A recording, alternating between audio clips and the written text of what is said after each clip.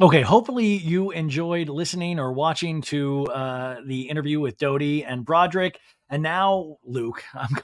I'm calling Luke now just Broderick because I call Kristen just Dodie. Anywho, we're gonna recap the finale, the season finale, season one finale of The Valley. We start off with Jack saying, like this season on The Valley, and we have a collection of scenes from this season, including Luke and Kristen's storyline about making babies, and Luke, very determined, in this talking head is like, I will make a baby with her and she will be mine. It's like, I will make this lady my wife. It's very determined. I got to tell you, Luke is a man. Jason Caperna's a man. Luke's a man. Jax, compared to those two guys, not very manly. It's, like Danny, obviously, a man as well, but a different man, a sensitive man. I like that. And we see their storyline in clips, Danny and Nia, because Nia is dealing with baby blues, postpartum depression. And we saw her journey, her very brave journey, and kind of communicating with her husband this entire season about what she's going through. And, you know, him being very willing to listen to everything that she says, except that she doesn't want to move to Santa Clarita. And it seems like he really wants to move to Santa Clarita.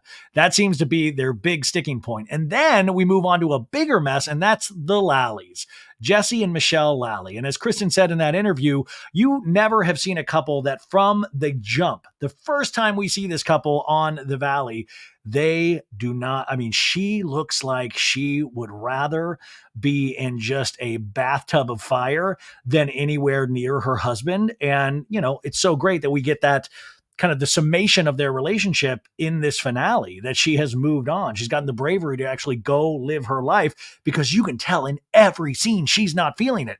And Jesse, who you do have empathy for by the end of this season, because he has been such a self-proclaimed douche, where he almost was like, Jax was like, you are stealing my douche thunder, my man. You are like a real douche. And also, Jesse, can we work on season two for you to stop putting that headband around your hair? You have wavy hair like mine in a sense, but it's making a weird indentation. So it looks like your hair, like in the middle, goes like it's pushed down. But I know it's just because you're wearing that head wrap thing, like the band. Like, stop it. You don't do that. Like, it's so weird. I think maybe that was a look that was like really good looking when he was in his 20s. And I think he's outgrown it. And no offense. I mean, we're all trying, right? But like the headband, it's doing nothing for Jesse Lally anymore. You guys know what I'm talking about, right? Now, of course, the Dodie storyline also was Janet calling her, I'm done with crazy Kristen. I'm done. And Dodie revealing in that fight in the hallway that Michelle Lally, well, she says accidentally that she's had a boyfriend for a whole year, which we find out in this episode. It was actually, she had a boyfriend a year ago. A lot of the information is still correct. The boyfriend part, that's on point. It was just the information about for a whole year. We also have the clip of Jax being the bearer of bad news at the James May party, that Zach and Dodie and Luke would not be invited to the baby moon for Janet and Jason's baby.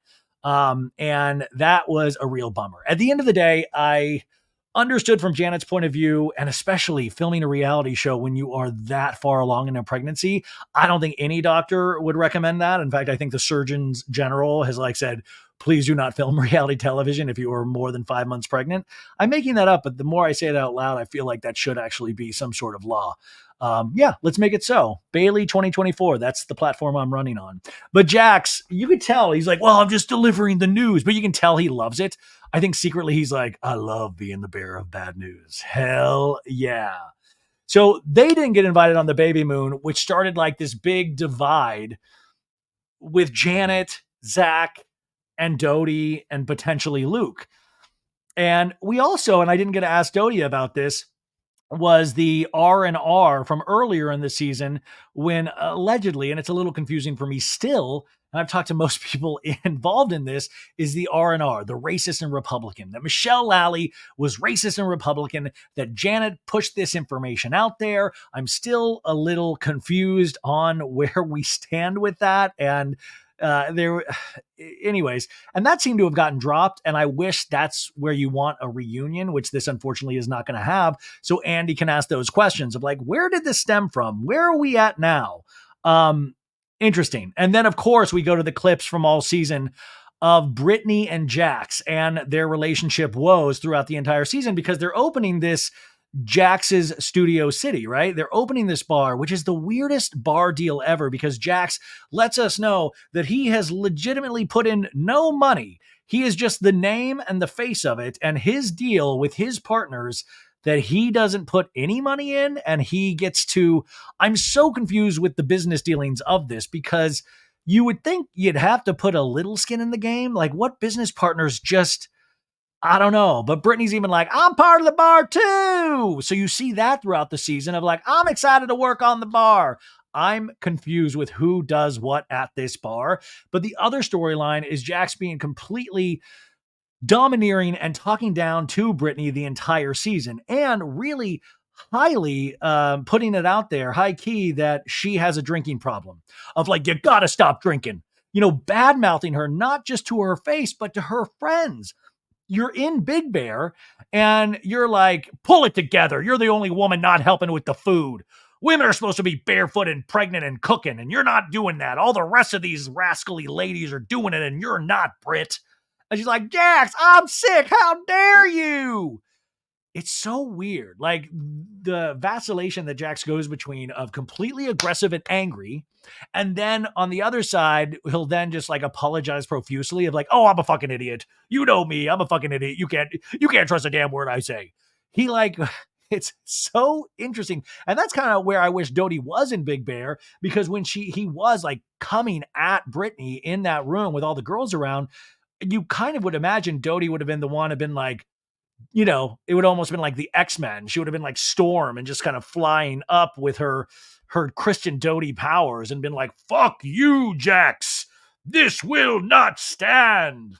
And Jax and Dodie have that such a long history with each other that I feel like they speak some kind of second language, even though Jax, when he speaks about Dodie, it's like just in this completely horrible way of like how shitty she is and what a shit talker she is. And I mean, Jax says that about Janet as well. The way Jax speaks about women on the Valley is mind blowing because you can have those strong opinions, but you've got to expect some kind of reaction on the flip side. Yet there seems to never be a reaction to Jax really talking down to women on this show. Anyways, Brittany's like, you're my fucking husband. You're trying to make me look bad. Fuck you. And then we see that scene on the swing set from last week where Brittany lets Janet know of like, I would consider divorce. That ain't off the hook. That ain't off. That is still on the table. Because Jax this whole time has really counted on Brittany never having the courage or the strength to walk away. So it was never in that. Even in last week's episode, when Jesse Lally, of all people, is trying to sit down Jax and go, hey, look at me. I'm the ghost of Christmas future. You could potentially be me. I'm seeing the same behavior. And he's like, she'd never leave me. I'd never let her leave. We don't even know how to spell divorce. I don't know how to spell a lot of words, but divorce is definitely not one of them as well. And then we cut into the Valley theme song, which has grown on me. I was kind of hoping for something more peppier and like a little Summerhouse Vanderpump Rules instead of the it's all right. Everything is all right. It sounds like the music my dad used to listen to on car rides when in the 80s. It just sounds like almost kind of easy listening. And shout out to Bruce Hornsby and all of those people of that ilk, but it just kind of sounds like that. Yeah. All right. We're going to wear cowboy hats. All right. So anyways, we get the Valley theme song, and then we open up on this week's episode, and you've got to also pay attention to the music, because the music always gives us a little bit of a roadmap as well. I noticed this in like the Vanderpump Rules, the season, the finale or the reunion part 3, the very end when they're all driving off after the reunion. The music is literally like going, I don't know where to go from here. And you're like, oh, wow, this show legitimately doesn't know where to go from here. They put in little hints, and they do this at some point in this, and I'll point it out to you when they do it. But this one is that kind of fun, like upbeat of like, we're in the Valley. It's super hot. Yeah, yeah, yeah. Now we're over at Kristen's house. Bowie, the dog, making a huge mess. Rest in peace, Bowie. Luke is watching Kristen sweep. And then we zoom cut over to Jesse and Michelle. And Michelle's on her phone. Jesse's on his phone. They're both like dressed up very nicely. And Jesse is like, you're not wearing your ring? And Michelle's like, no, I rushed out of the house. And he's like, okay. And then we zoom on over to Jax's Studio City. It's 3 days before opening. And Brittany's like, I'm excited. There's definitely a lot to do. I'm going to do the flower wall over here. Okay. And Jax is in a suit.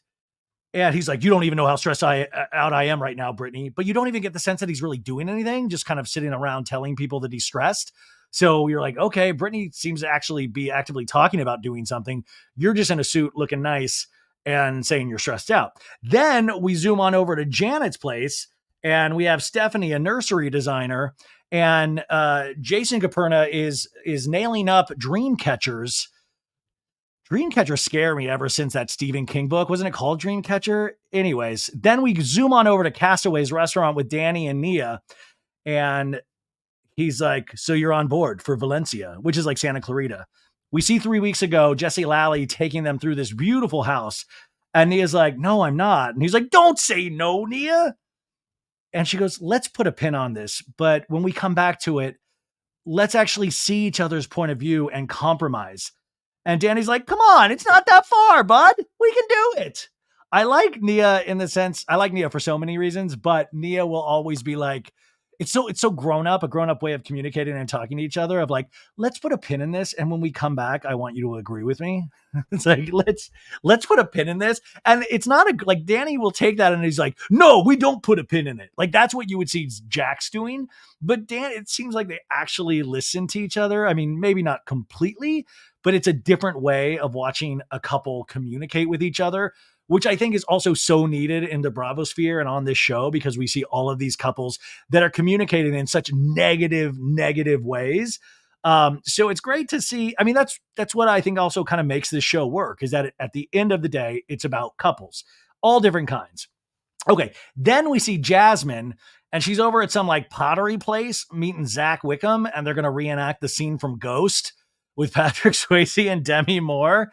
And this is the old trope on any kind of Housewives or Bravo show where they take them to some kind of activity so they can actually talk about what's happening in their lives. And if I was producing a reality show, I would save on budget. I would be like, no, we can have this conversation in the bathroom. Like, you just sit on the floor of the bathroom. We'll just talk here, because I don't need, and maybe I think I'm probably in the minority, but do you guys get still excited when you're like, ooh, pottery. Ooh, oh, are they going to make vases? Oh, exciting. Or there, it's always like vaginal tightening or face gym or stretching your body. Like whatever is in vogue in Los Angeles or wherever they shoot these shows, they're like, that'd be a perfect setting for them to talk about how they hate the rest of the cast. It's like, I just don't know if you need that. Like, I guess it's a different location, but just go in a backyard or something. So they're there, and Jasmine says, I'm happy to see Zach. He's my buddy. I can decompress from all the stress from Big Bear. And Jasmine's like, I'm never going to a baby moon ever again in my life. And Zach's like, how was that? I'm sure my name got brought up. And she's like, no, I stood up for you. I'm sad that you didn't get invited. And Zach's like, I don't know if you saw, but I did post I was from in Big Bear and I wasn't. And Jasmine was like, yeah, oh, we all saw it. We all saw it. He's like, it was a joke. And she's like, yeah, but you stressed Janet out. He's like, I'm sorry. I wasn't trying to upset her. I was just being petty. I wasn't being, he's trying to make a point of, I was just trying to be funny, but she did not take that as funny at all. She did not get the joke at all. In fact, she was super stressed out. And that also you see when they actually do meet up, that stuff is not funny. And especially to Jason Caperna, who says that he's going to wreck Zach Wickham. He's going to break Zach Wickham's like hair wig or Lego hair or whatever right off his body. So basically, Jasmine saying, I asked Janet, if you like him or not. And Janet says, oh, I just don't trust him. And Zach's like, it is giving shady boots. It is giving shady boots. I've got to start being that kind of person that in normal everyday conversation, I create words like that, like shady boots. Like, I sometimes say weird words on the podcast, but in my normal life, I kind of speak just normal English. And I want to be kind of a guy that says things like shady boots. It's giving shady boots. But anyways, that's the whole point, is Zach's like, just admit, Janet, that you don't like me. And he's like, it's going to be really weird when we go to Brittany and Jax's bar opening and I'm going to have to see Janet. And Zach in a talking head goes, Janet, you think I'm the problem? Dear God, you are the problem. You are the problem. And he keeps saying, I did nothing wrong. I did nothing wrong. And there's going to be a talk. There is going to be a talk, Zach says. And Jasmine goes, oh my God, I am scared. But I'm excited because that makes good reality television. We go over one day before opening at Jax's Studio City. Brittany is still working at this flower wall. And she's like, once this gets filled in, it is going to look beautiful. I love it so much. And now Jenny, Jax's sister, is there. Jax is out there just kind of like lightly dusting the cocktail sign. Like Brittany is doing heavy lifting and working, and Jax is just lightly touching the sign. And his brother-in-law is like, you want to work on the succulent wall? Jack's like, not really. And Brittany's like, hey, where are there more bulbs? We need to do this for tomorrow. Can that be your next job, Jax? Come on. When you're done dusting the sign. And he's like, I want to make sure the sign looks nice for when people come to drink heavily here. And then Brittany goes in. And I will say, to Brittany's credit, she always does seem to be smiling and laughing, even when all of this just seems potentially miserable. But she comes in and she's like joking with Jax's sister, like, oh, he's just lolly dusting, doing nothing. Good for nothing. Jax comes in. He's like, hey, what's going on? What's going on? Talking to some of the other workers. Allie, his business partner, he's like, I don't know if we're going to make it. Brittany comes into this conversation. She's like, I'm so happy. And she's like the happy one. They're really stressed out. And Jack's like, we got a lot to do, Brittany. You don't understand. You don't even understand. We got a lot of stuff. And Brittany's like, it's great. Let's do it. She's like Professor Positive. Now Jax is sitting there and he goes, well, hey, by the way, thanks for bringing Jenny there. It's really nice. And we found out that Brittany surprised Jax with flying in his sister and his brother-in-law to be here for Jax's opening. And we see 3 days ago this surprise, and Jax is like, oh my God. He goes, I didn't even think about it. Of course I wanted my sister here.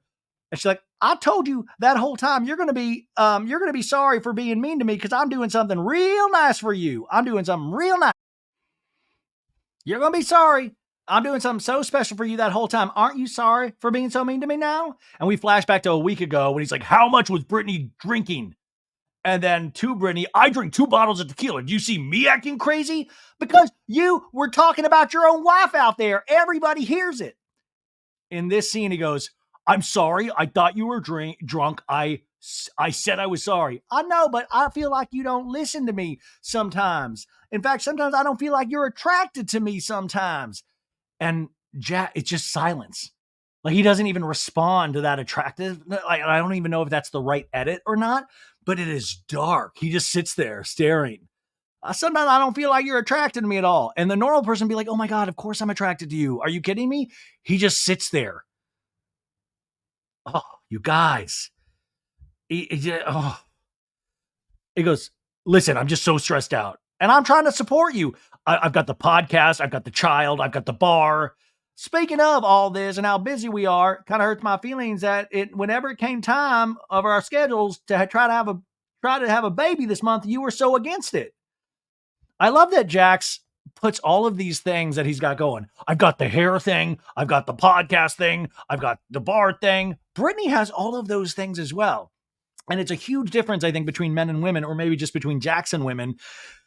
The Jax lists this long list, and Brittany has the same long list and other things, but Brittany, you just don't see complaining about it and using it as an excuse or a crutch. And I think that is what we've seen from Jax Taylor for his entirety of his reality show career. But it's interesting. And by the end of this, you really see Brittany realize her strength and her power, and that she brings her own money in, potentially more money than Jax Taylor does. In fact, the Jenny Craig should literally hire Brittany for the next 3 years because she just managed to lose 200 pounds. She lost Jax Taylor.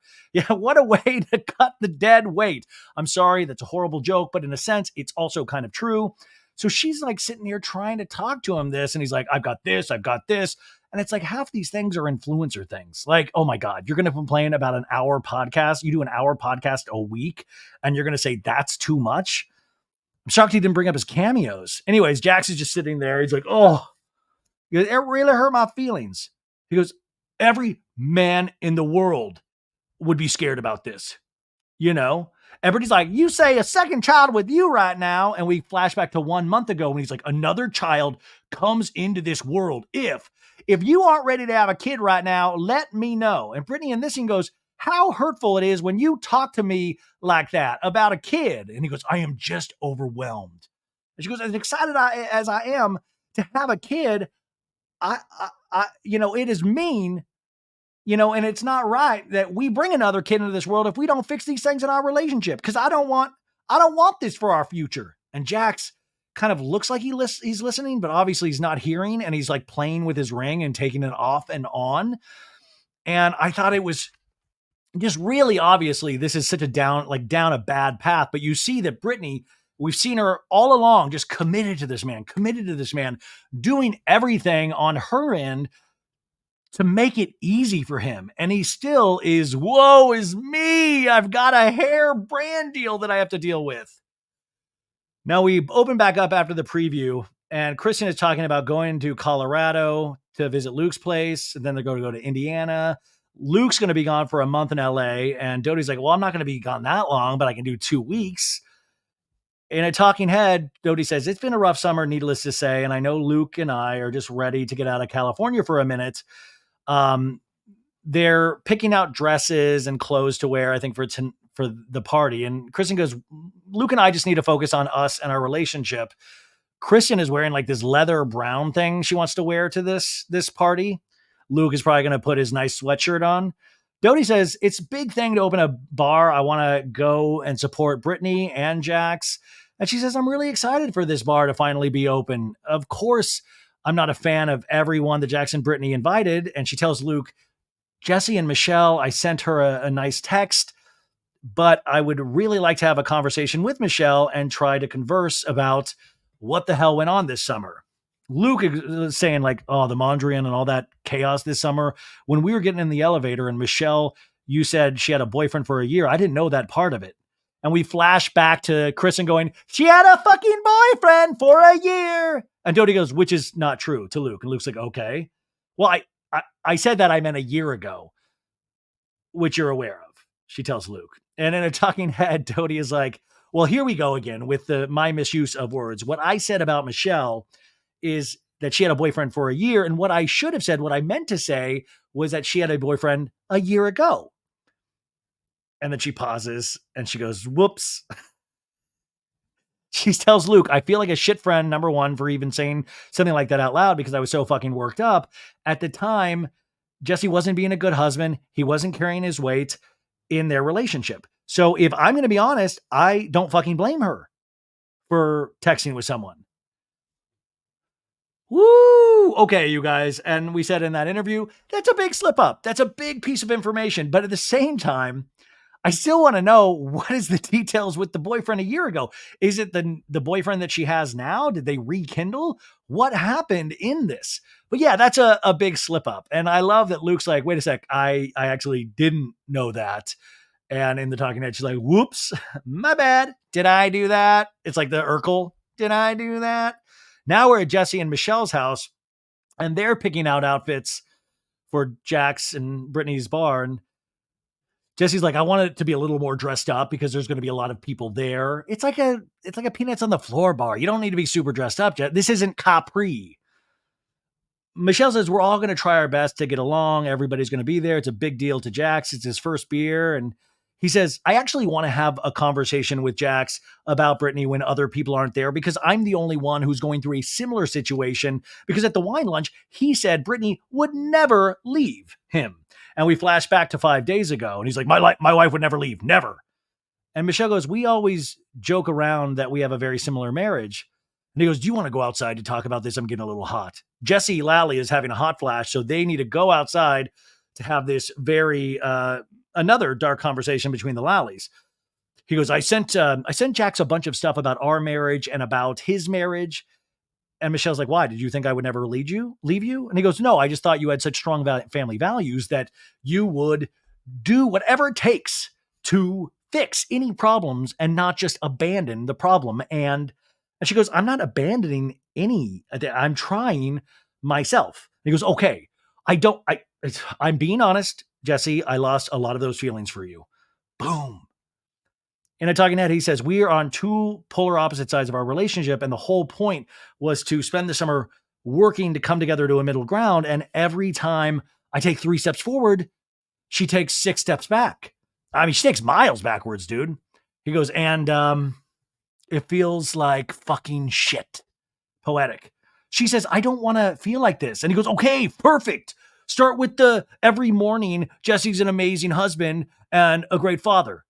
You know, because I think if you start there, we could get back to you wanting to see my dick. No, I mean, that's what he's hinting at. Because we can get back to April 2020.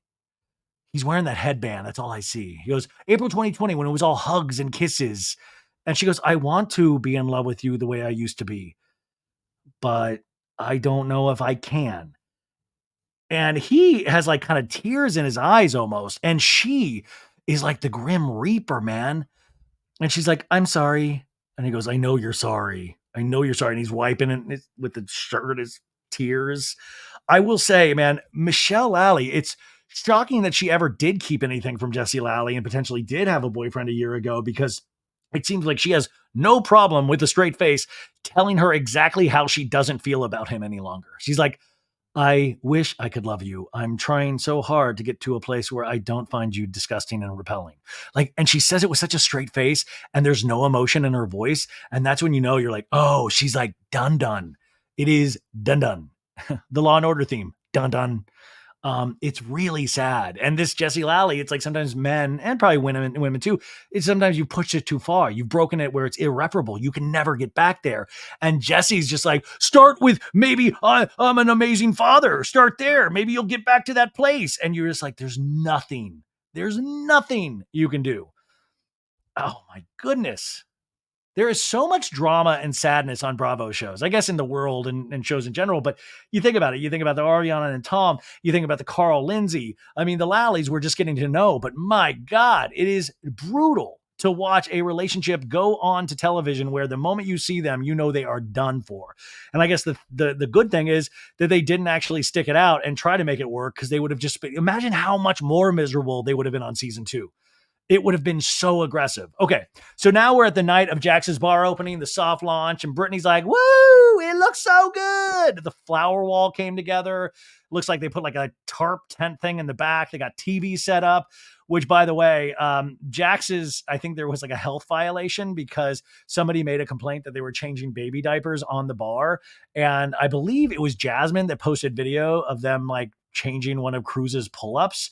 The matter has been investigated by the health department, and I think they told the management understood. But yeah, I mean, it was on the back bar. I don't think they actually serve out of there except for the week. Anyways, no excuse. You probably shouldn't change. And I was like, listen, I usually pre-change my diapers before I go out, and then I immediately change them when I come home, so I don't have to run into instances like having to change my diaper at Jax's Studio City.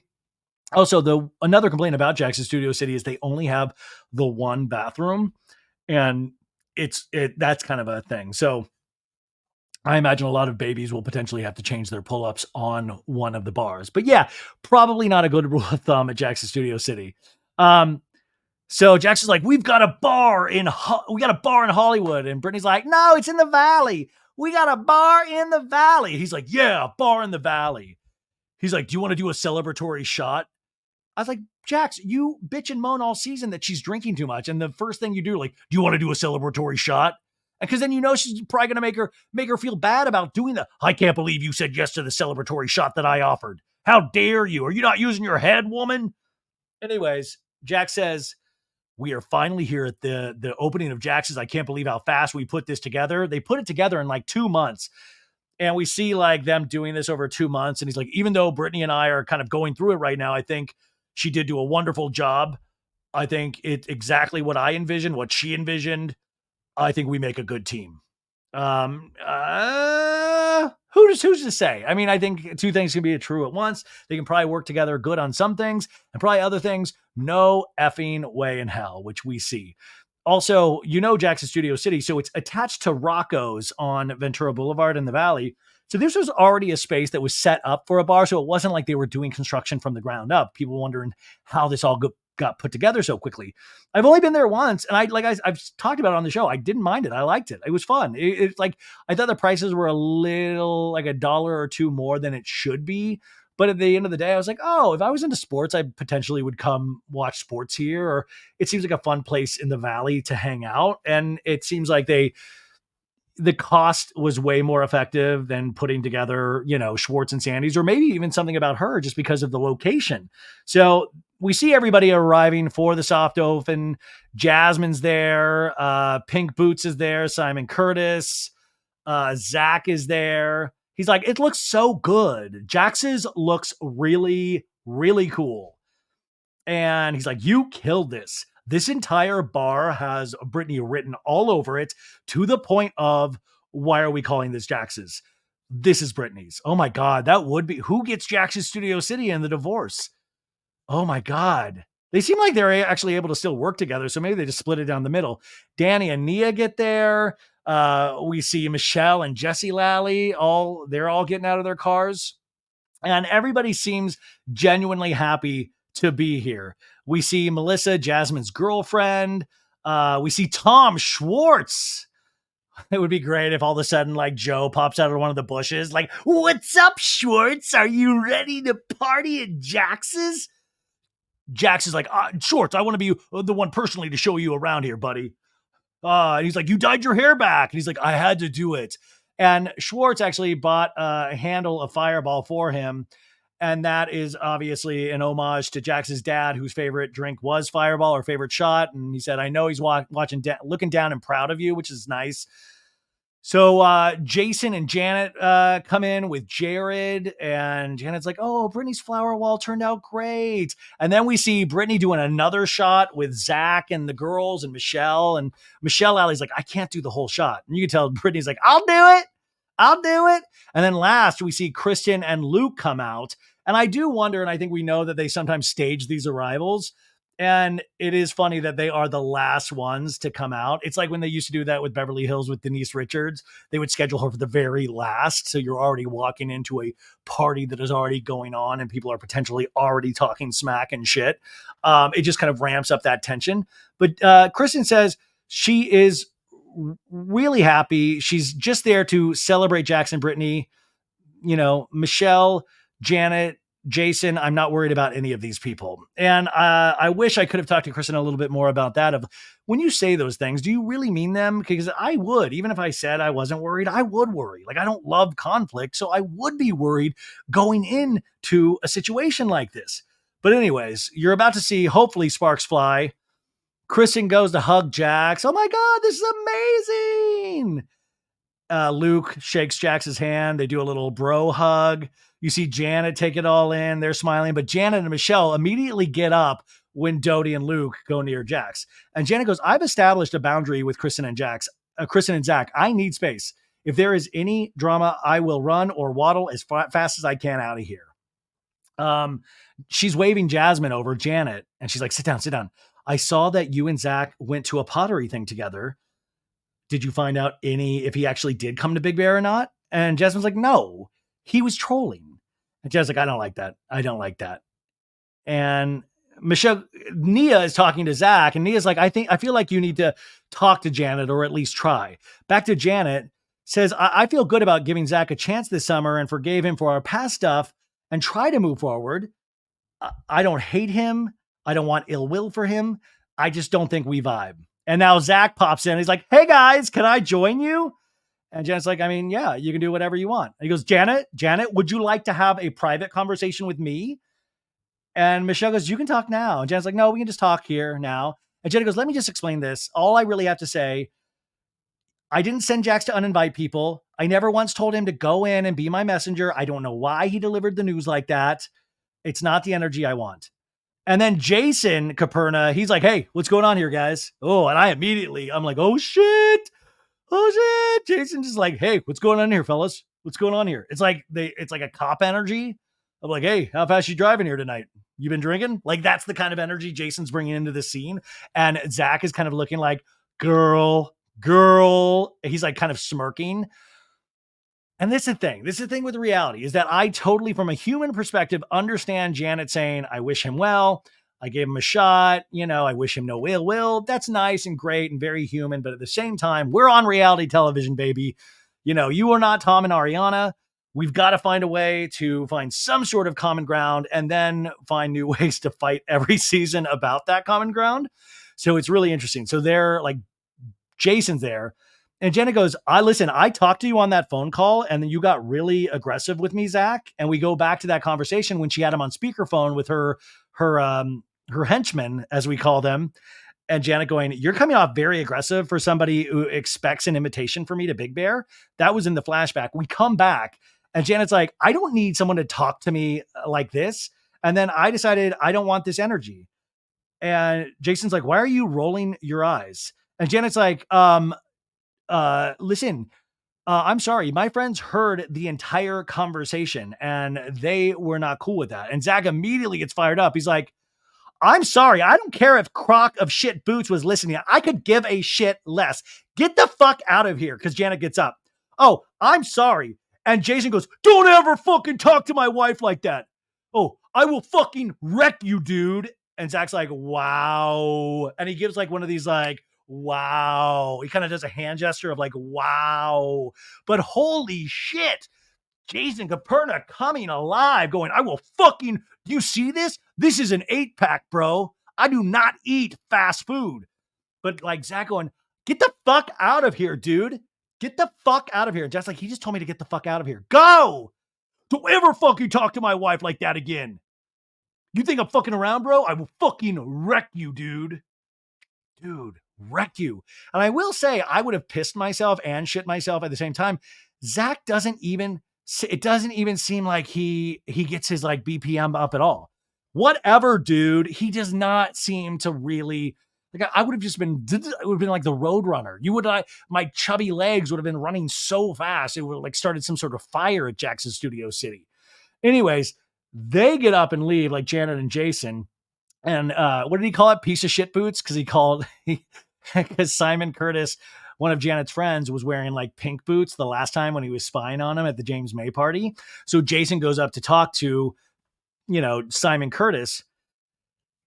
And Zach is talking to Michelle Lally, who is still there, and Jasmine. And he's like, this is how they operate. This is how they operate. Like, I'm sorry. He is letting people hear my conversation. You know how fucked up that is? In a talking head, she's like, she didn't tell me anybody else was there, that I was on speakerphone. That is textbook mean girl behavior. And on top of that, she decided to have Jax do her bidding, which Janet said just in this past scene, that wasn't what she set out to do. She could have texted us, he says. She could have called us. She could have sent a carrier pigeon. She could have done anything, but no. Now Janet is talking to Jarrett saying, Janet is talking to Jared and saying, well, Jasmine said he was just trolling. He was just trolling. And Jasmine stands up because she's still talking to Zach, but can hear him at the other booth. And Jasmine stands up and is like, it's not fair. Do not do this to me, Janet. Do not do this to me. And Zach's like screaming out, it's not trolling. It's not trolling. Tin roof, rusted. Now this is like stressful already. And Janet is like, have his back, Jasmine, have his back. That's fine. That's fine. And Jasmine's like, fuck that shit, Janet. Fuck that shit. Now, Brittany comes over to Zach and Michelle, and Brittany's like, is everything okay? And Zach's like, yeah, come sit. She's got her minions around her, like referring to Simon and Jared. She's got Croc of Shit Boots right next to her, being like, you're the best. Zach, she's literally like 8 months pregnant right now. And he goes, I don't care. And Michelle's like, you should care, Zach. You cause stress. She can literally, lose her baby, he says. And Michelle goes, don't even joke about something like that. And Michelle finally has enough. She gets up and leaves. He's like, I'm sorry. She's not you know what? Actually, she is the fucking Queen of England because she's dead to me. Don't get angry, Brittany, because you weren't here. Do not get angry. And he's like, I want to just have a good time at my bar. I want everybody to have a good time right now. Same. I don't want to deal with this shit. Brittany and I talking, and I goes, I don't have the mental capacity for this shit. I'm already going through all these issues with my marriage. Just got this bar open, and all of a sudden my friends are fighting. Tonight, I thought a little bit of respect would be had for the fact that this bar is opening and how much work we've been into it. Now, Brittany, you can tell, is just super stressed out. I will say, too, there is such a weird, we talked about this, and you'd want to stay away from talking about people's looks, obviously. But Brittany in season 2, I want to make sure like I'm on set to fix her talking heads because she's had a couple of different talking heads. And in this talking head, they've pushed her boobs so far up that it's created like this boob platelet that I'm like, and the funny thing is, when I saw Brittany at Jackson Studio City the second week this show was airing, it was like Mary Payne and Ingrid from Pink Shade podcast. Brittany is so beautiful in person, and I just don't think they do her justice on this show. And sometimes you're just like, oh, dude, what is going on? But anyway, also Zach can be funny, but yeah, with the Zach thing, you can't go that hard in the paint when somebody is like 8-9 months pregnant. Like, it's great reality television. Save it for like season 2, have that conversation. And like when Janet can actually participate more and not run away from that conversation because she doesn't want to stress herself out, or at least that's how it reads on the show. Because I would love to see that conversation, but I also don't want to, I want to make sure that nobody gets hurt having this conversation, right? Anyways, Danny is like cheersing everybody with his drink. He's like, this is beautiful. I think it looks like he's drinking like a Red Bull vodka, which is a drink that I really drank in my 20s. It's pretty intense, and I am ashamed of myself now. Anyways, Janet and Jason now are talking to Jasmine up at the bar. And Janet's like, he told me to get the fuck out of here. I am completely validated in my decision to not have him at the baby moon. And Jasmine's like, I hear you. I hear you. If I heard that, I would do the same thing. And Janet's like, you're not talking to me like a friend right now. I'm on the brink of crying. I want to go to bed. And Jasmine's like, me too. You're one of my good friends. Guess what? Zach is my friend too at the end of the day. And it's fucked up for you guys to put me in between where I have to choose people. It's so fucked up. And she's starting to tear up. In a talking head, Jasmine's like, Janet said, are you not going to have my back? Girl, I always have your back. You are my good friends. But to see you guys fight like this really hurts me because I know how good you guys can be. And I've seen it. For you to say I don't have your back because I'm also Zach's friend, that's not fair. And we see a picture of Zach and Janet from last year in Better Times. And Jasmine is fully tearing up. She's like, I got his back. I got your back. I really like Jasmine a lot. I think she's great. And she's like, and that's all I'm saying. And Janet's like, come here for a second. Come here for a second. And Janet goes, Michelle goes, she's trying to go on both sides. So they're all kind of talking over each other. And Janet just seems to still be in kind of disproving, even though Jason seems like he's taking it in more. But at the same time, you can tell he's awfully concerned about his wife being at something. And Janet goes, trust me, I want to cry right now too, but I want to do it at home. And Jasmine keeps saying, I'm friends with you. I'm friends with him. For years, I've been trying to get you guys to be friends. I gave him a chance, Janet said, after everything, and it didn't work out. In a talking head, she says, it's a new place for me to navigate with Jasmine. Usually we have common enemies, and not normally is she my enemy. And Janet, and the scene goes, he's not the type of people that I'm friends with. But what does that mean? Like I forgave the thing in the past, and also just to have people think in terms of enemies. Of Janet goes, I'm used to Jasmine having, like, we're used to having the same enemies. Like, that's intense to even go through life thinking I have enemies. Like, you might have people that you disagree with or like don't see eye to eye with, but enemies is such a strong word. Great for reality television though. Anyways, Brittany and Jax are like hugging each other, and she's trying to get a smooch off of Jax. And he's like, how much have you drinking? You need to drink some water now. You need to drink some water. And I'm like, Jax, if we could test your blood right now, what your blood alcohol level is and whatever else is in your body, I would love to do that, because I just don't want to keep hearing you like, you got to drink some water now. You're a mom, damn it. He goes, don't get too drunk. I got to do a speech and shit still. Jason says, let's stay and support our friends. It's fine. They're wrong. They're on their side of the bar. We can hang out over here, Jason Caperna says.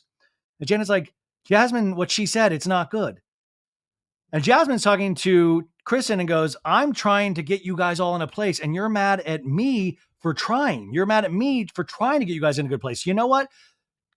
Go take your little happy vanilla corn dog shit somewhere fucking else.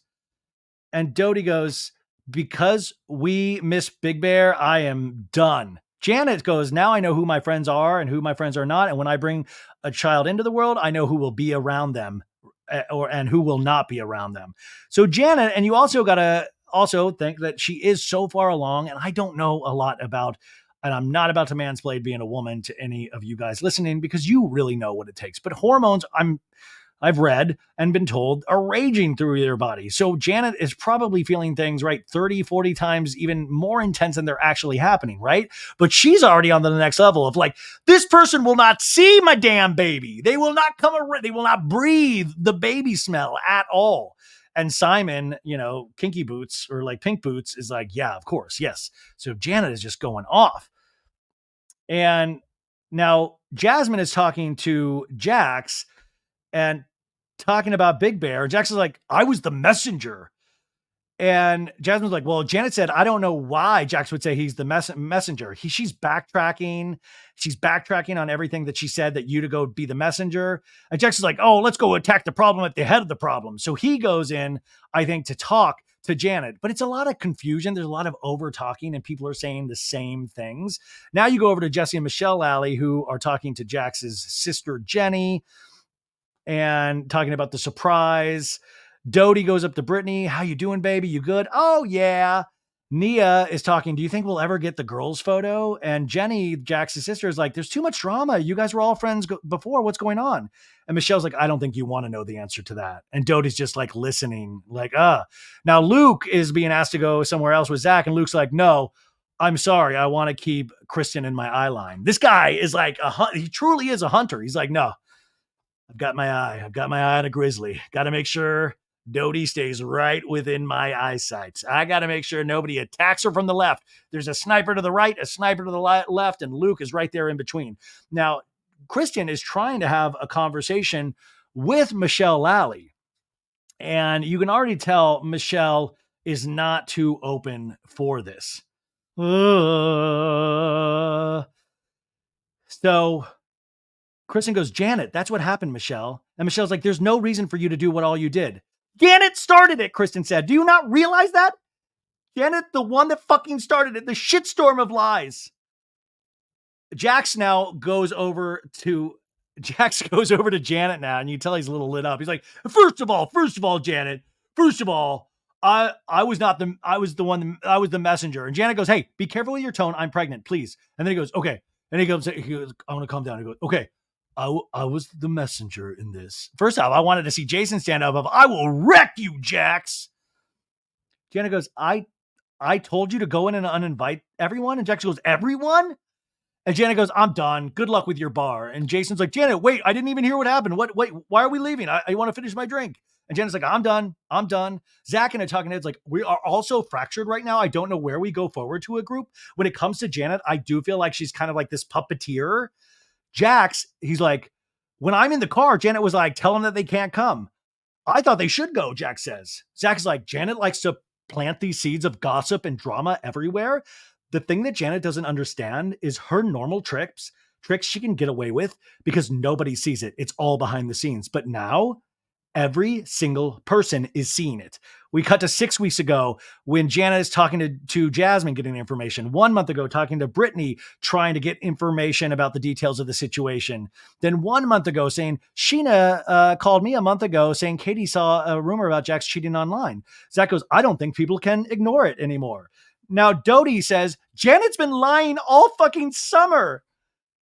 She doesn't respect our relationship. And Brittany's like, I want you to talk, but this is a big night. I want you and Michelle to talk. And Kristen goes, we are not going to make up. Michelle, I understand now. I'm going to let you guys go, okay? And Kristen just walks off and goes, there's nothing else to say. Oh my God, you just picture Tom Sandoval watching The Valley going, dude, that's not what I taught you, Kristen. The thing about being a reality star is you have the toughest conversations with the one person you don't want to have that conversation with. I was kind of bummed. I was really hoping that they would make some headway on this conversation, but I will tell you, it is so confusing in some ways. Really, they're pushing this narrative that Janet is a behind the scenes operator and is trying to collect information, get information, put information out there. And at the same time, she is 8 to 9 months pregnant. And the jury's out, right? Like they're saying all of this stuff. I can't wait to see a season 2 to see more about all of this, to see where, what, why, what. Zach's like, everybody will see Tin Roof Rusted. It is, I'm just trying to figure it out. And I'm like, Can we just turn the lights up at Jackson Studio City? Everybody be quiet. And one at a time, we raise our hands to talk.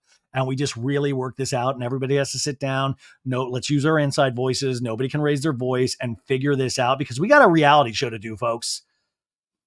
Anyways, Danny and Jesse Lally are hugging, calling each other beautiful men. And Mikey says, next case pride. If you want to experiment, to Danny, very cute. Anyways, Jackson's like, I got to give a speech now. And Janet's still there. We see in the background. He's like, it's going to be short and sweet, everybody. Hey, everybody. Okay. Welcome to Jackson's. I can't tell you what an honor it is. And then Brittany goes, Jax and Brittany's. To have an establishment with these guys. Oh, it's a really big deal. It's a dream of any guys to have a sports bar, tavern, lounge. It happened really fast. These guys came to me.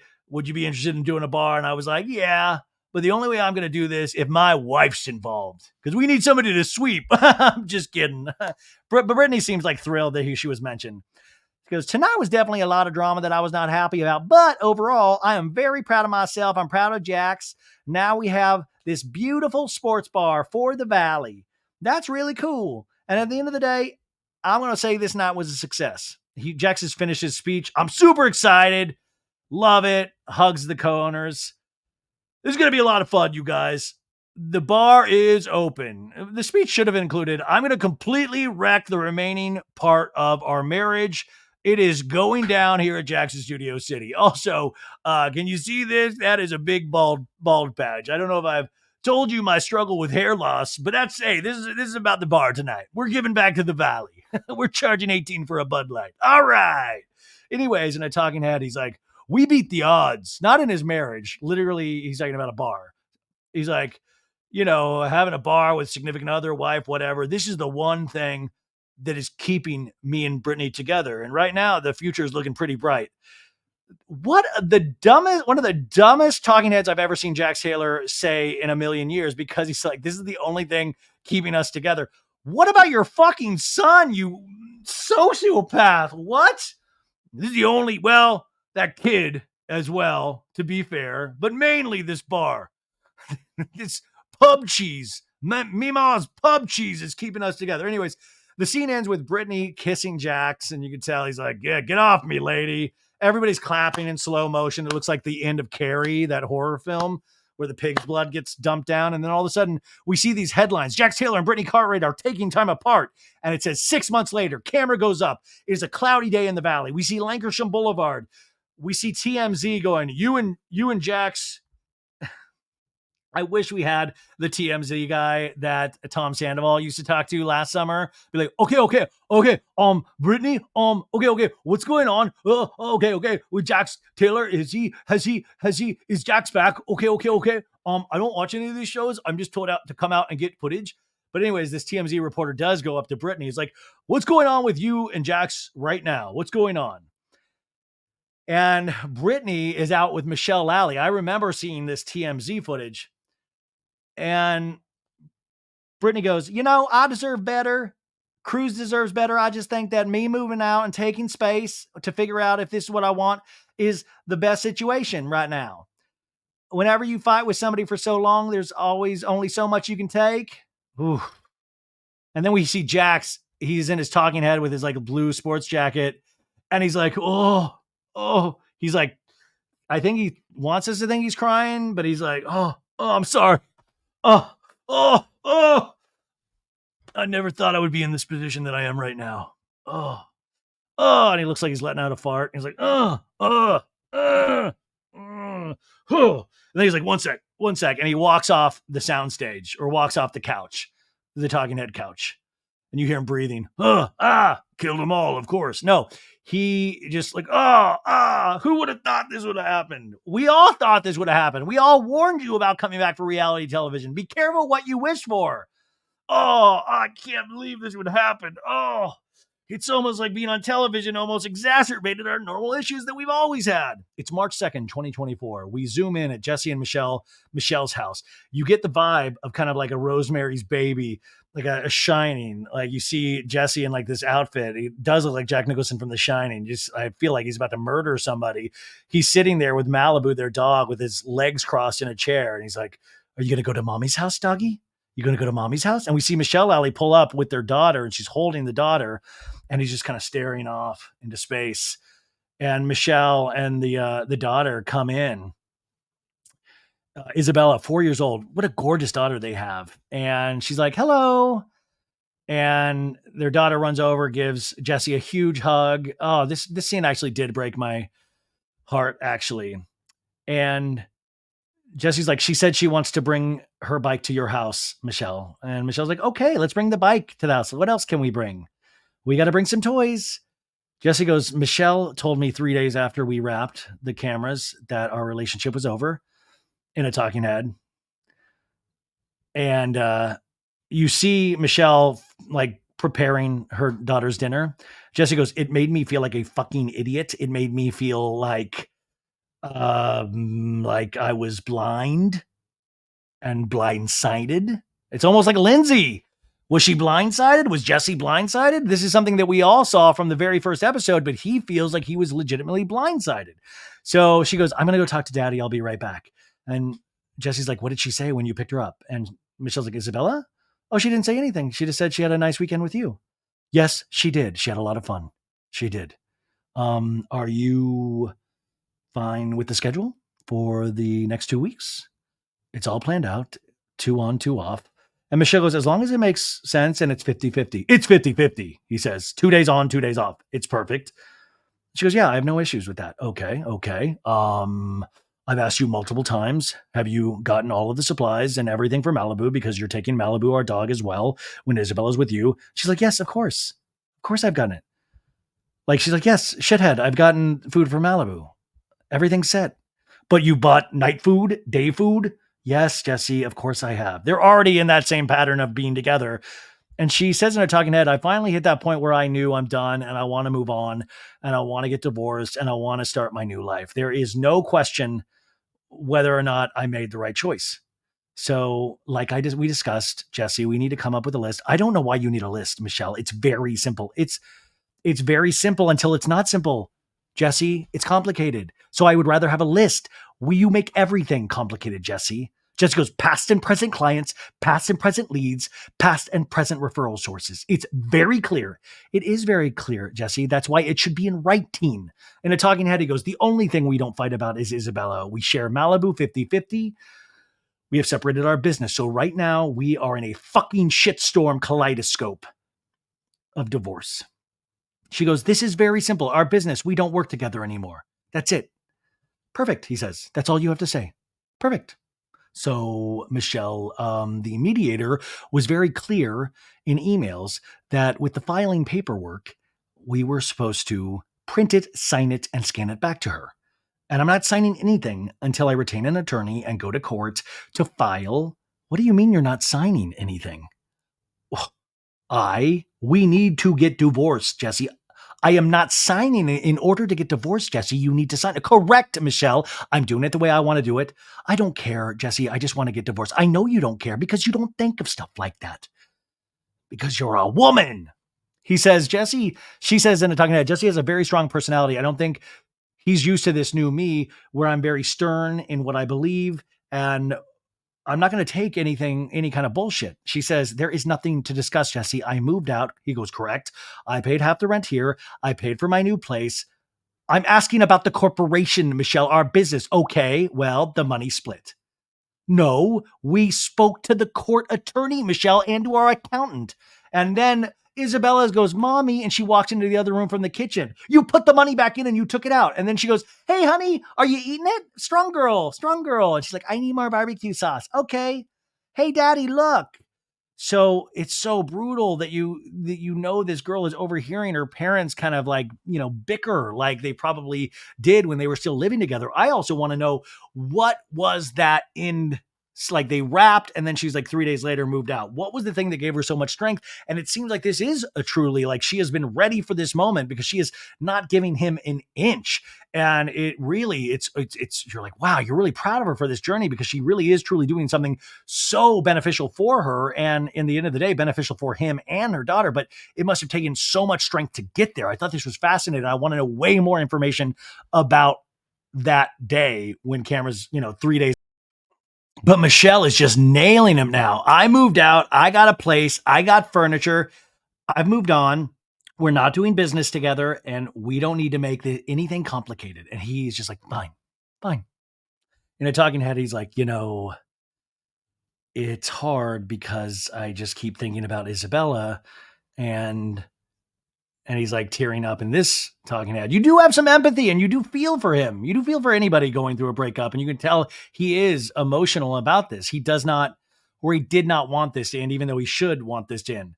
And she goes, Isabella does not want this. So we have to remember that all we have left is to make sure she has she lives the best way and the best life she can. And she comes out and hugs him, and she's like, okay, bunny, me and mommy are gone. I've took all your dirty clothes and dirty swimsuits so I can wash them. And she says in a talking head, to be the one who makes the decision to get divorced is incredibly hard, because one day I'm going to have to tell my daughter that I left her dad. And you can tell she's conflicted about this. At the end of the day, I'm doing what's best for her, but I always thought that my child would be raised with two parents who are together, and ultimately the dream was not reality. That's real, man. That is real. I cannot wait to watch their both storylines next season. But Isabella screams out, I love you both so much. I love you. And Michelle's like, you're my best friend, Isabella. I love you so much. I don't know. I love that they can, be so good, hopefully, around their kid. So we saw this, but they picked back up cameras. Not only do we get the Jax and Brittany, but we get the Michelle and Jesse of it all. So then we go to the valley. We have some like samba music playing. I don't know what you know, thinking. I know. And we're at Janet and Jason's house. And guess what? Janet had her baby. Michelle Lally is there. Dropped off the baby with the nanny. Janet can drink again and goes, what would you like? She's got the Aveline wine out. And Janet has a very bosom busty thing and says, hey, I'm not Dolly Parton right now. I'm actually just, pumping. And she talks about her baby thrashing her nipple, going like, hey, that's my nipple. But says it's a very, very great, very peaceful child. And in a talking head says, our little baby, precious angel, Cameron, has arrived, 8 pounds, 13 ounces, so sweet and easy, like Jason. Labor sucked, but epidurals, love it. She says they should sell it on the street. I'd love to go to just get freaky on an epidural at a Grateful Dead concert. Sure. Why not? But anyways, the ladies are all making drinks. They're going to have a lady conversation, and you get the feeling that Brittany is probably going to come over. But unfortunately, another scene that Kristen Doty has been excluded from. And, there is a part of me that's bummed about.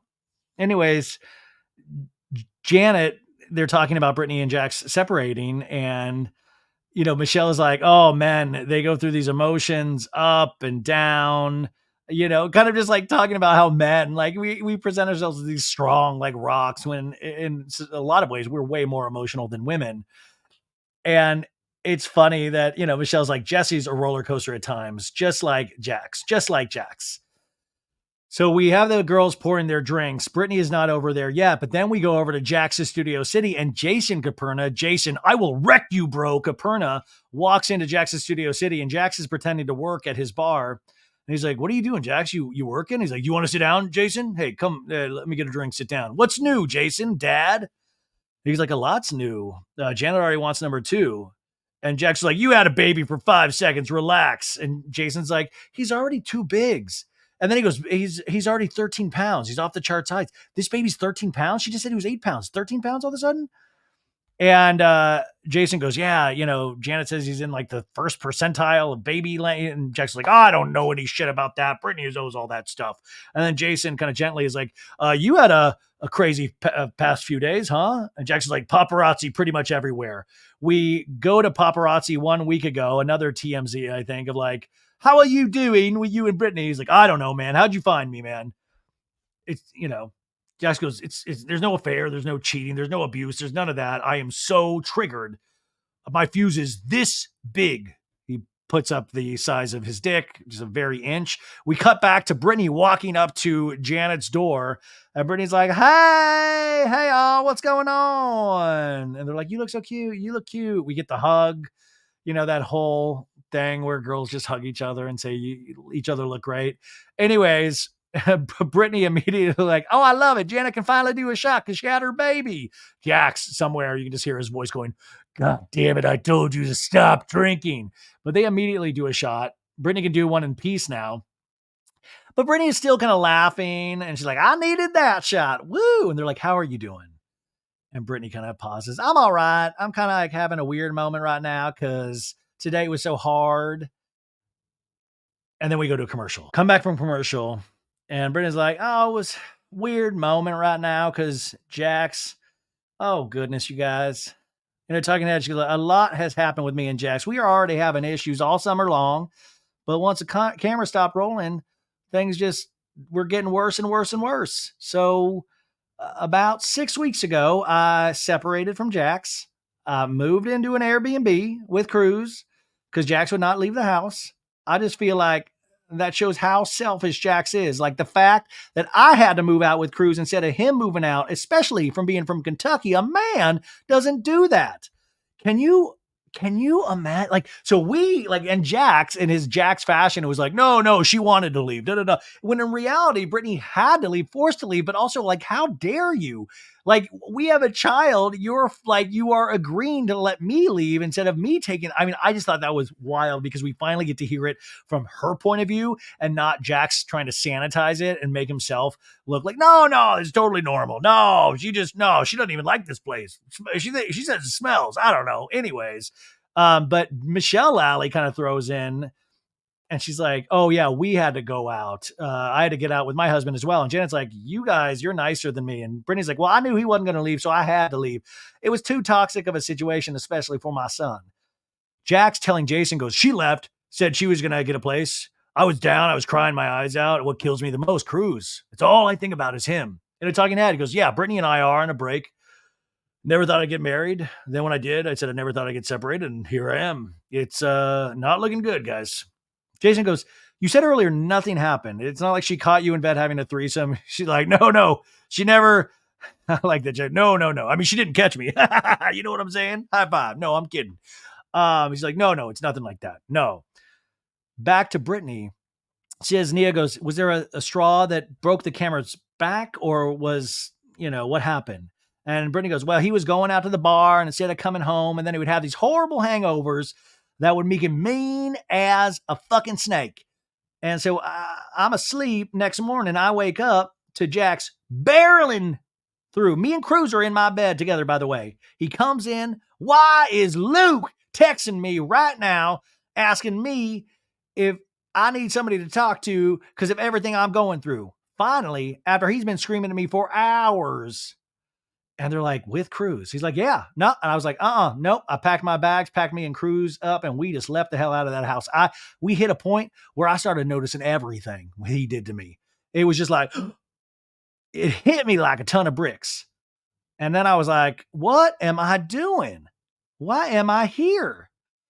I mean, that is so fascinating, you guys. Finally, it's almost like the end of The Usual Suspects when you realize who Kaiser Soze is. Spoiler alert, it's Kevin Spacey's character. But all of a sudden, you like put all of this together. All of a sudden, your eyes are opened and you see how this person has been treating you your entire relationship. And I thought that was fascinating to hear her say this of like, oh my God, I finally get it. Oh my God, I deserve much more than this. My eyes are now wide open. It finally is the straw that broke the camel's back. And you got to say, no matter what you view of this couple, you got to be proud of Brittany for this moment. You got to think about it. Think how tough that is with the son. I mean, it's hard for me to even sometimes pack a bag. Can you imagine leaving, packing you and your son up while Jax is yelling at you the whole day? And how Jax tells the story and how Brittany tells the story is two different stories. He really does seem like he treats her like a monster at times. Like the yelling, the screaming, the rage texting, that is all way too much. And especially for Brittany, who is on the other side of that spectrum where she's happy-go-lucky, y'all. I just want to have a good time and smile. That is brutal. So Brittany all of a sudden wakes up to something that we knew potentially way before her. But she says in a talking head, there is so many things that I've taken Jax back for. I've been cheated on, and we see clips from back in the old VPR days. You fucked another girl. I've been disrespected. 8 months ago, we see a clip of, you should know better. Stop drinking. Enough's enough. Stop fucking drinking. You want to have more kids? Act like a mom. I've been humiliated, she says. And then we see 6 months ago at the Big Bear cabin saying, my wife's not out here cooking because she's wasted.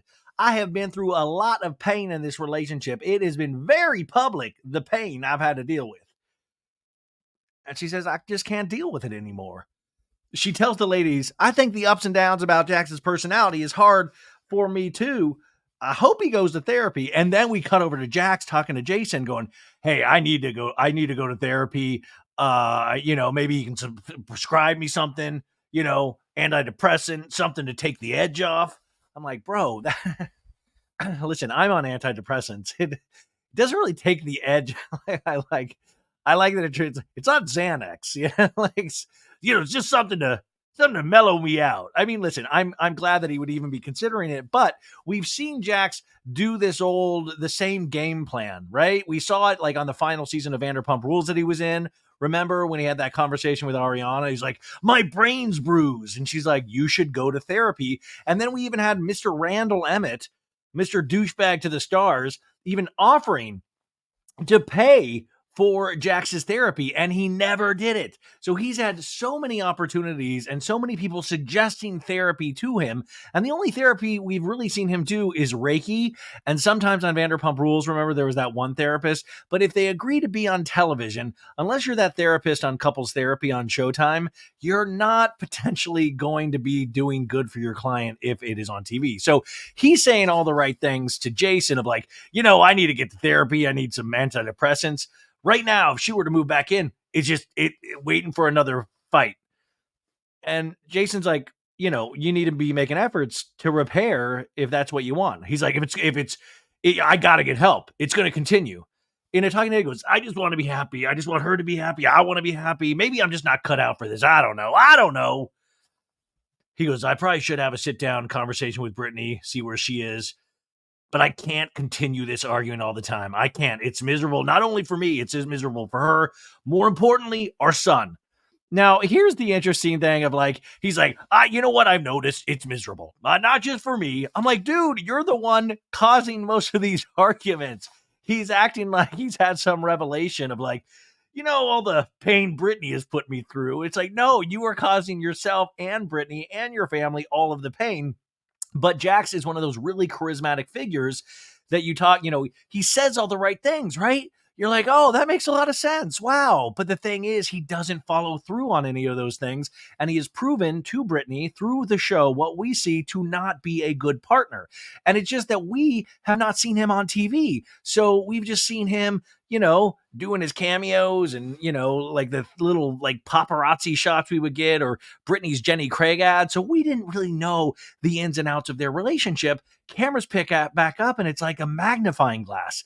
It shows you everything. It highlights all of the issues. It exacerbates all of the problems. And we find out that Jax is still Jax. Jax is still Jaxing after all of this time. But this conversation with Jason, I imagine Jason sitting there going, well, he's got a good head on his shoulders. He seems to understand it, but he is the one causing these issues. The root of it is Jax. So if he doesn't actually do the therapy or get on the antidepressants, there will never be any forward momentum because Jax is right. And at the end of the day, my theory was he didn't want to be with Brittany. he's happy. Now, he's not outwardly happy, but at the same time, he's probably relieved that she is gone. Now, he would never admit that in 1,000 billion million years, but he is probably relieved. And he's probably relieved that she had to do it and not him, because he was miserable. He was hoping deep down that she would do it. It's just like Jesse and Michelle Lally. Michelle Lally was the one forced to do this because she was miserable, and Brittany the same way. So it's really interesting. So we go back to the women conversation over at Janet's, and Michelle goes, I felt exactly how you felt. I got tired of it. And Nia's like, you guys filed for divorce, Michelle. And Michelle's like, well, we hired a mediator, and she's filing this week. And she goes, now I'm looking back. I'm wondering what took me so long to do it, because now I feel relieved. I feel happy. And Nia's like, Brittany, do you feel like it's for sure over with you and Jax? Do you have any hope? And there's a pause. And she goes, I feel like I'm mainly at the tipping point, but I'm not all the way there yet. I don't want to let my family down, you know? I fought for him. I fought for them to like him so much. I don't want them to be disappointed in me. I don't want to upset them. And you feel for her so much, because that's another thing, you know, is that your families watch you go through this, and you stand up for your partner so much when you're, because, you know, we've seen even Brittany's family, you know, have really strong opinions about Jax on Vanderpump Rules back in the day. And Brittany's like, no, he's amazing. He's changed. He's this, he's that. And I think Brittany, and I think it's a very normal thought, and you really empathize with her, is I don't want my family to think differently of me or him. And at the end of the day, your family, if you got a good one, and I think she's got a good one, just wants her to be happy. They love her. And of course, this is sad, but it's a really sad scene. But I will say overall, I'm just really impressed by Brittany, because this is such a hard decision to make, or just even stand up for yourself in that way. Not a lot of people have the courage to do that. Now, we're over at Jax and Brittany's house. We see Cruz kind of fussing Monroe, Jax and Brittany's dog. And this is, you know, just like we saw Jesse and Michelle Lally's kid, you realize that there are children here. So there's so much more weight involved. Now there's a doorbell ring, and we see that it's Kristen Doty and Zach Wickham. And now Cruz is going off to school or something, so they're getting him out of there so they can do a scene. Kristen's like, where's Jax at? And Brittany's like, he's at a workout class.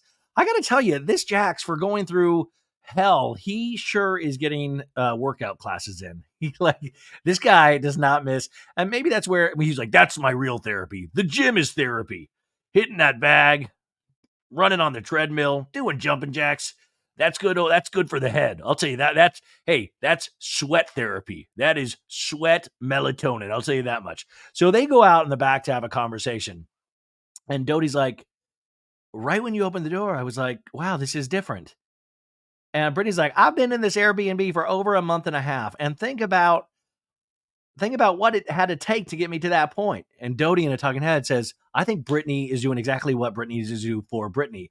I think this is a very healthy decision.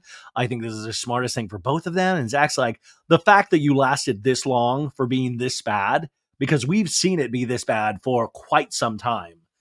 And Brittany's like, I would overlook it. And Zach's like, it is a testament to your character trying to work on this stuff. Doty, in a talking head, says, I think Jax doesn't take her seriously, and he thinks Brittany will go stay at an Airbnb for a few weeks, come back crawling, and want their marriage to work out. And if that's the case, he is in for a rude awakening, she says. And Zach says he would not be where he is right now had you not wanting to work on the relationship and be like, okay, we're going to stay together. He would not have anything that he has. It's only because of you. And we see Cruz in the corner, like picking up toys, looking like he's like stealing something. He like keeps looking back like he's been caught. And then Doty is hugging Brittany and says, for whatever fucking reason, Jax self-sabotages. He wants to bring you to his level. Does he say he knows he treats you like shit? He calls you fat. He says you're fucking lazy. You're not going to have any friends if you guys break up. And Brittany's like, that was one of the main things. He said I had no friends here in LA. And Zach's like, fucking delusion. And Brittany's like, it's narcissism. I have my own friends, my own family here in LA. I've got my own money. I take care of my own damn self. I have enough control over my life where I can make things better for myself. In a talking head, she goes, after Vanderpump Rules was over, I definitely stepped it up. His ego was hurt when I became the main breadwinner, when I took over for all the financial stuff, bringing in the money in. I mean, that is wild, you guys. That is wild. So Dodie lets it slip that he called her fat. He called her lazy. What is it with these men of Vanderpump Rules? You got Tom Sandoval. Oh, get off your fucking lazy ass, Ariana. Jesus Christ. How is it that all of the women, the men on Vanderpump Rules, think the women of Vanderpump Rules in the Valley are lazy as hell? And then we usually see these women work way harder than the men. It's documented. We have it on camera. But Brittany, I mean, you just really see the strength of, I got my own money. I can bring home the bacon, fry it up in a pan. And you're like, hell, I love this part of Brittany. Anyway, she's like, I was the one who took charge of everything. And I'm proud of myself for that. I have my own things now. I can make my own life. I do not need to depend on Jax for everything. So Brittany goes, hey, enough talking about my drama. You got a full-on boyfriend now, Zach. And we see a picture of Zach and Benji, Zach's boyfriend. And he's like, we've been together 6 months. It's crazy. He totally fits in with everybody. And it's like really going. And she's like, I love that. So Zach's got a boyfriend. So potentially we'll see that relationship in season 2. Now we found out that Dodie didn't get lipo, but she got air sculpt. They suck all the fat up, I guess. And Zach's like, what they don't tell you in the pamphlet, if you're in a room with her, you're going to get some blowback, projectile fat get squirted on. I was squirted on. So I guess Dodie's a squirter. Hey-oh, just kidding. But anyways, it seems like there was a piece of Dodie's fat sitting on Zach's arm from the air sculpting or body sculpting. But now the big thing is Dodie lets us know, she talked to her doctor, that air sculpt is totally fine. You can try to get pregnant directly after. And they're going to start trying right away again. And we hear the story finally about what happened, that they got pregnant in October. It happened so fast, she says. And then she starts tearing out. Obviously, that didn't work out. And she said, and Brittany's like, it's okay to be upset about it. You know, we love you. In a talking head, Kristen goes, I truly couldn't believe my eyes looking at a positive pregnancy test. And then we started going to get ultrasounds every single week for the next 4 weeks. And at that point, they assumed they were like 9 weeks pregnant. Sorry, not 9 months. And she had both of her sacs, but there was no baby growing inside. There was no embryo, which was heartbreaking, she says. And she's like, I feel like I'm talking about it so medically, so I don't get emotional about it. She's like, you choose the names. We were really planning for that baby and to have a family. And so your heart breaks hearing this story. Kristen goes, even though I was only pregnant for 9 weeks, it was like everything felt so normal because I felt like I had such a purpose, she says. And so Zach and Brittany are like, we completely support you. I know it's going to happen for you because you deserve it.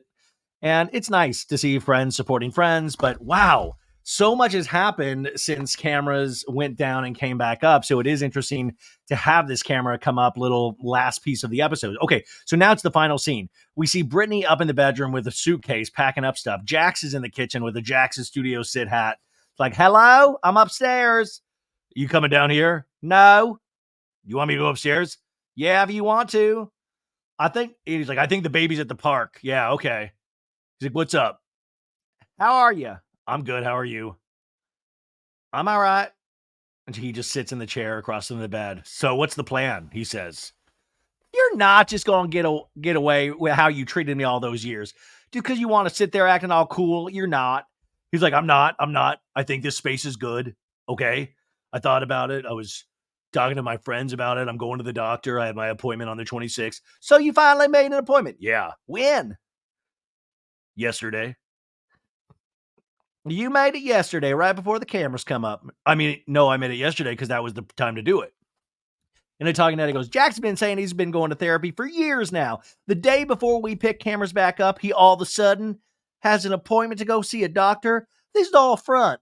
This is what he wants everyone to see and believe he's actually going to do these things and change. I bet you money he won't do it.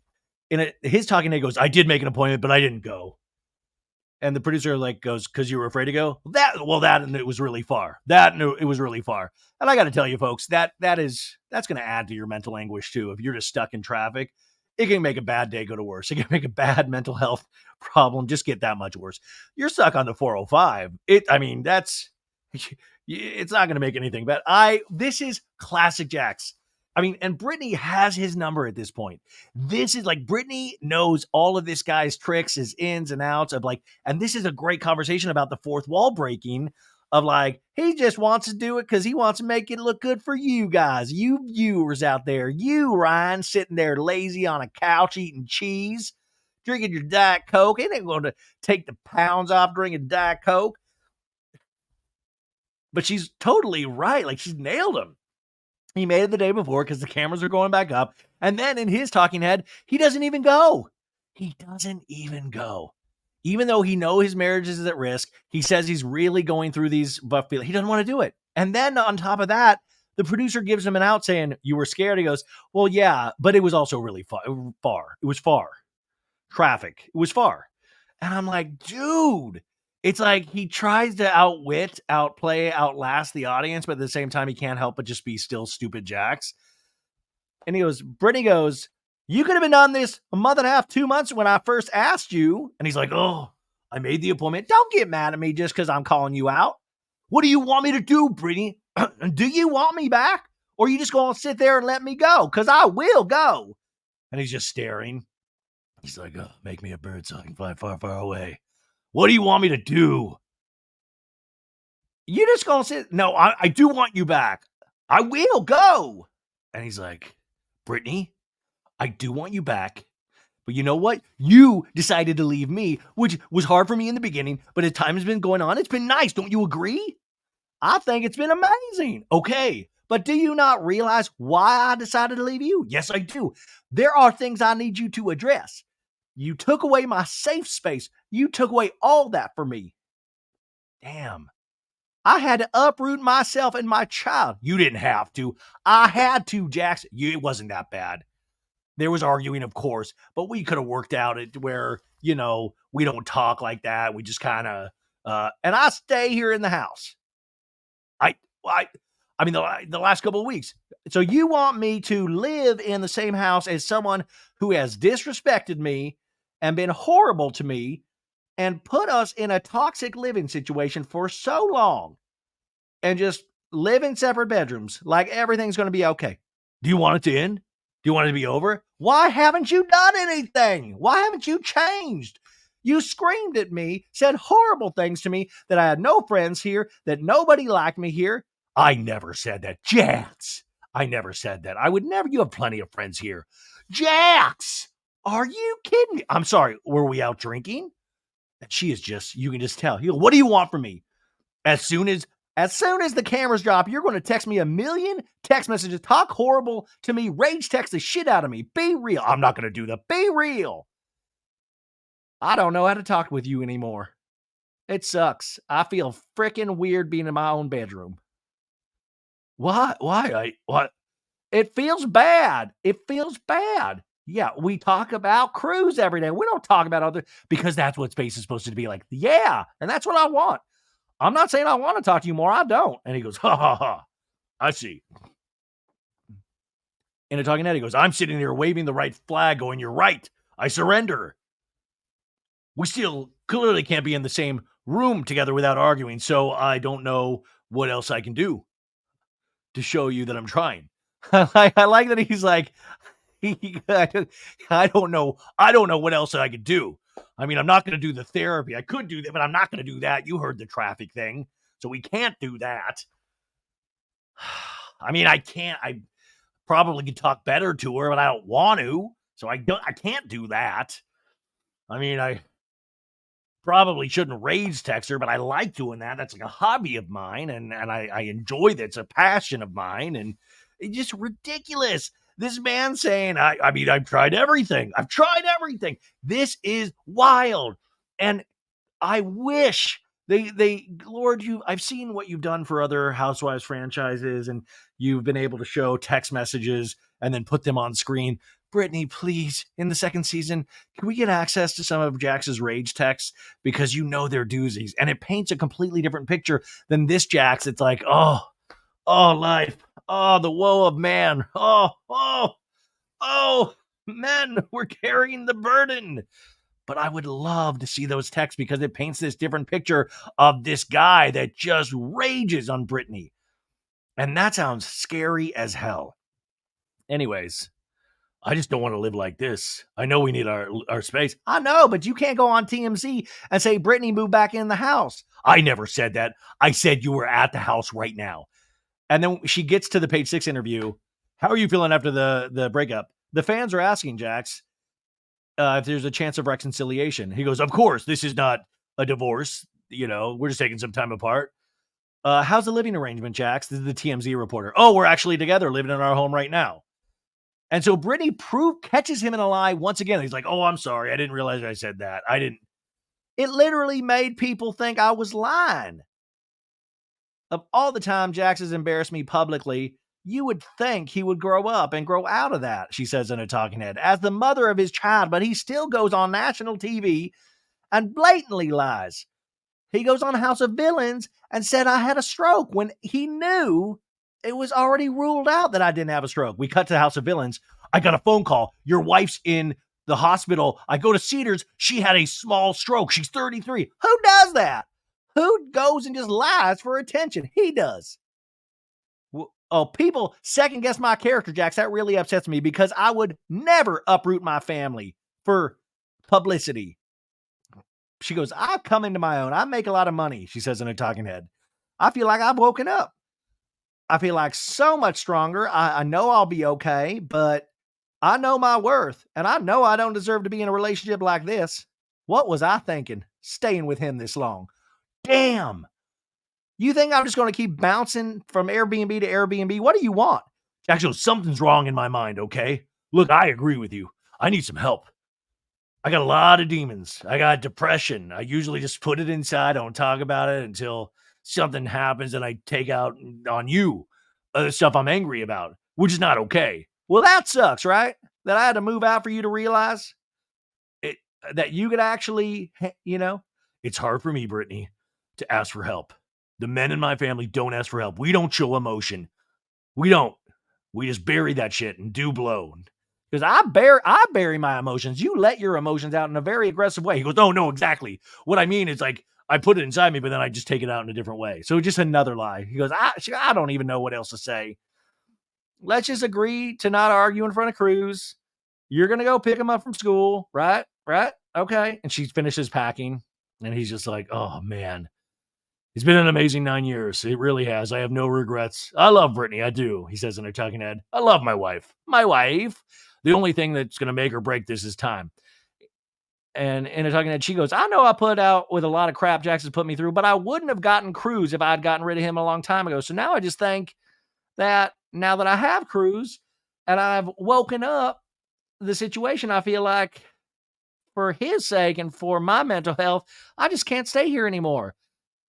And then we have the song, Leave Me in the Distance. And we see a flashback to 2015 when Brittany is first in the Sur alleyway with Jax. And then we see the engagement in 2018. Will you make me the happiest man in the world and be my wife?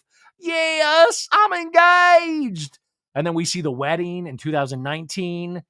It's like, I can't wait to see you as my husband. And I know you will be the most incredible father. And Jax is like, I've never met a more positive, caring woman who literally smiles all day long and wants everybody to be happy. And so we see the rings. She's like, this ring's never coming off. And then we see Lance Bass pronounce them husband and wife. Talk about a fever dream. We see him kiss. And I got to tell you, then we see all these flashes of them pregnant, the baby, and like the song is like blaring. And I was like, am I getting emotional about Jax and Brittany? What the fuck is wrong with me? I was like, is this early menopause? And we see Brittany get in her like Jeep and pack up, and Jax is walking downstairs and the music is blaring. And I was like, tears just struck. And then he walks out the door. He goes, hey, Brittany. And she's driven off already. He probably just wanted to yell at her. Hey, Brittany, you're fat, you loser. Sorry. And that was the end. That's the end of the Valley, you guys. What a fantastic first season. Was it perfect? No. Did we need it to be? No. But it was perfect in the sense of what a great beginning. There are so many stories that are yet to be discovered and yet to talk about. It's so exciting to have a show that kind of ignites your imagination, and nobody thought this would actually work, and it did. And I'm just excited to see where this show can go. And it's great. Like, it just proves there is life after Vanderpump. Okay, I wanted to read this. This is from Sydney in our So Bad It's Good Facebook group. Come join our Facebook group. Pretty nice people, not a lot of drama, which I love. But she wrote this, and I just read. I was out all night, but I'm just coming back to finish this up. And she wrote this, and I just see what you think about it. But she says, The Valley was truly the show I didn't know I needed. What a strong first season. The last time we've seen a first season like that was VPR. I'm so excited to see where it goes. Here are my power rankings after season one. Curious to hear all of yours too. 1, Brittany, simply for seeing the light and leaving Jax. Really strong power ranking there. 1, but I got to tell you, that last scene, I almost might have to agree with her. I didn't think Brittany had it in her. Damn, girl. 2, Jasmine, truly the voice of reason this season and much needed for the sake of the group. Jasmine had her moments where she was that kind of grounding force and really called out things, and seems like she has a level head on her shoulder. Now, 3, this was she put Zach, messy queen who doesn't love a dramatic, messy gay, who's not afraid to say it like it is. Interesting. I don't know if I'd go 3, but he served a purpose. Now 4, Jax. She says, I know, but I love to hate him. Look up reality TV in the dictionary, and this man's face should be beside it.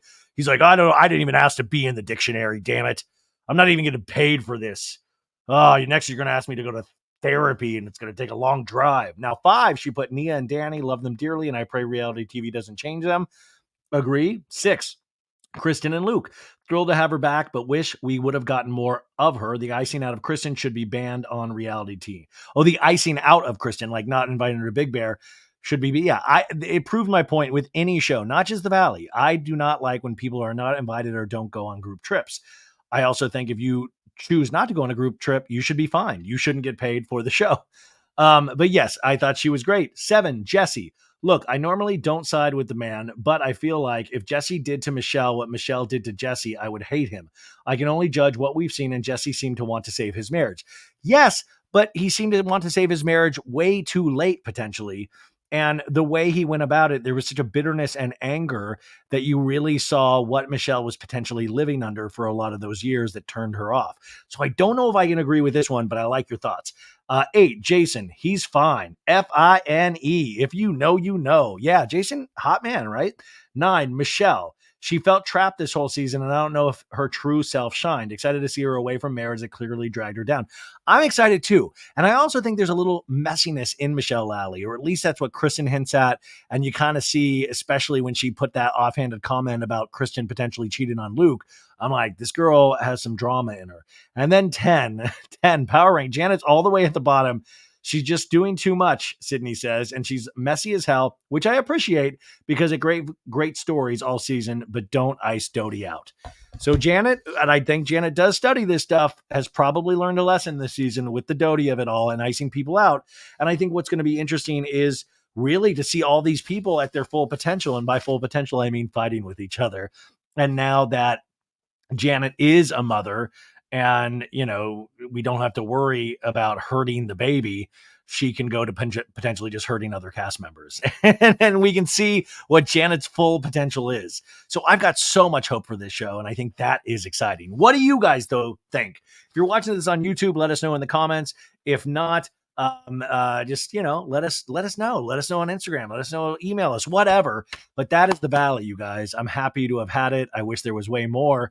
And now, where do we go from here, man? Vanderpump over, Summer House almost over, the Valley over. Sad. Anyways, you guys, I'll talk to you on Thursday. Another supersized show. Bye.